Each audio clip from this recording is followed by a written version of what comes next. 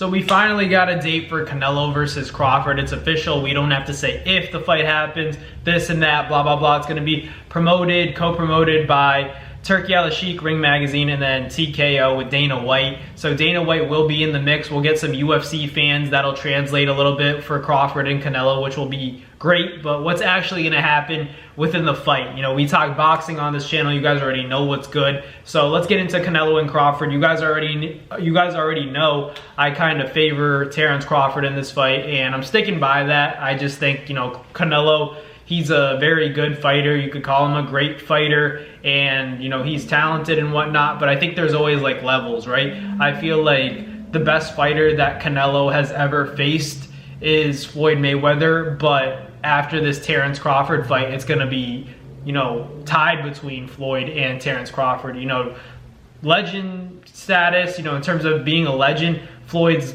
a greater name than Terence Crawford is, but this is such a difficult style that Canelo's going to have to deal with. I think a lot of the Canelo fanboys are being too biased, like they're getting their emotions involved. But for Terence Crawford, I'm not even like a big Terence Crawford fan. I just think he's going to beat Canelo because Canelo just hasn't looked amazing. You know, he hasn't looked stellar in his last performances. He looks a little bit slower, and the biggest issue that Canelo has always had is the gas tank. You know, he gets tired. Even when he was younger, he was having better performances and whatnot. He was getting those knockout shots, but he definitely does get tired relatively easily in the boxing world, right? We don't usually see fighters tire out as much as Canelo has done recently, and it's not like Canelo is just preserving his energy for the later rounds, because he still doesn't have any more output and isn't as active as the rounds go on. So you can't even really say that Canelo's a slow starter. Like, you could say Tank's a slow starter because Tank genuinely doesn't throw a lot, and then as it gets to the middle to late rounds, you could see that Tank picks it up. You know, his volume increases as fights go on. But with Canelo, it doesn't really happen like that. It's like it stays steady. He tries to step on the gas, but if, you know, he performs against Terence Crawford the same way he's done against other fighters as of recent, I just don't think he's going to be able to beat Crawford. Like, I don't see it. You know what I mean? I don't think Canelo's going to beat Terence Crawford in a boxing match purely. He's going to have to knock him out. If Canelo doesn't score a knockout, he's not going to beat Terence Crawford, in my opinion. I don't think it's going to happen because Terence is just too good. You know, I know he hasn't had a great performance against Madrimov. A lot of people thought that he lost that fight, even though, you know, at first glance, I watched the fight, I thought it was pretty close, but when I rewatched it, I was like, yeah, Terence won this fight for sure. But like, Madrimov, I think, is a more difficult fight than Canelo is. I know that's a hot take, but I genuinely think Madrimov's a harder fighter and a more awkward fighter to deal with than Canelo, because Canelo doesn't dart in and dart out the same way Madrimov was. Madrimov was genuinely awkward, and I think Terence Crawford beating him is, you know, nowhere near as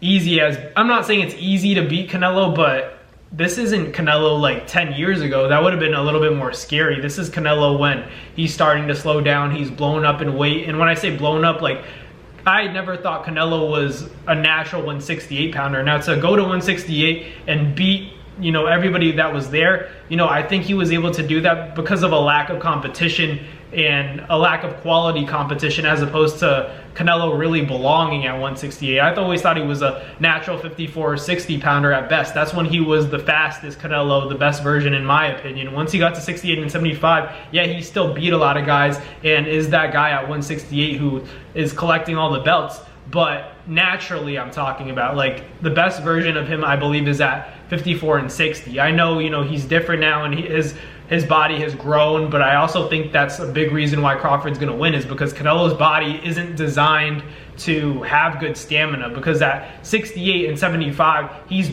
putting on unnecessary weight. You know, it's not like he's fat, but I'm not saying he's fat, but it's weight that slows him down clearly and doesn't make his conditioning any better. And I think that's the biggest issue. Like, I feel like Canelo's really going to need the conditioning to be good, or he's going to need a knockout. If those two things aren't clicking, I don't see him beating Terence Crawford. That's why I picked Bud. I think Bud's going to be too fast. His IQ is too high. He's not going to get hit by the punches that Canelo kind of throws wildly. They're kind of easy to see coming for Terence Crawford because he's a natural counter puncher. You know, he knows how good his reflexes are, and he's going to be able to study Canelo and be one step ahead of him, and that's the main reason why I picked Terence Crawford over Canelo for that September 13th fight in Las Vegas, Nevada. But I'm really excited for it. I think it's going to be an entertaining spectacle, and I'm not going to say it's the best fight in boxing right now, but it's probably the hottest fight in the sport right now because everybody's going to watch that one. That one's going to do a lot of numbers because they're such big names,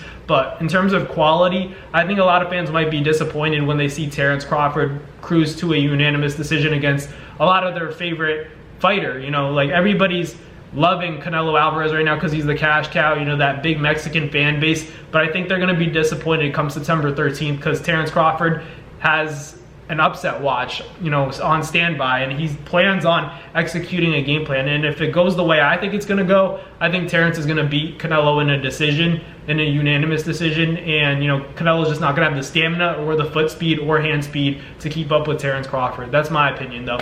Let me know in the comments what you guys think. Thank you guys for watching. Like, comment, and subscribe, and I'll catch you guys on the next boxing video. Peace.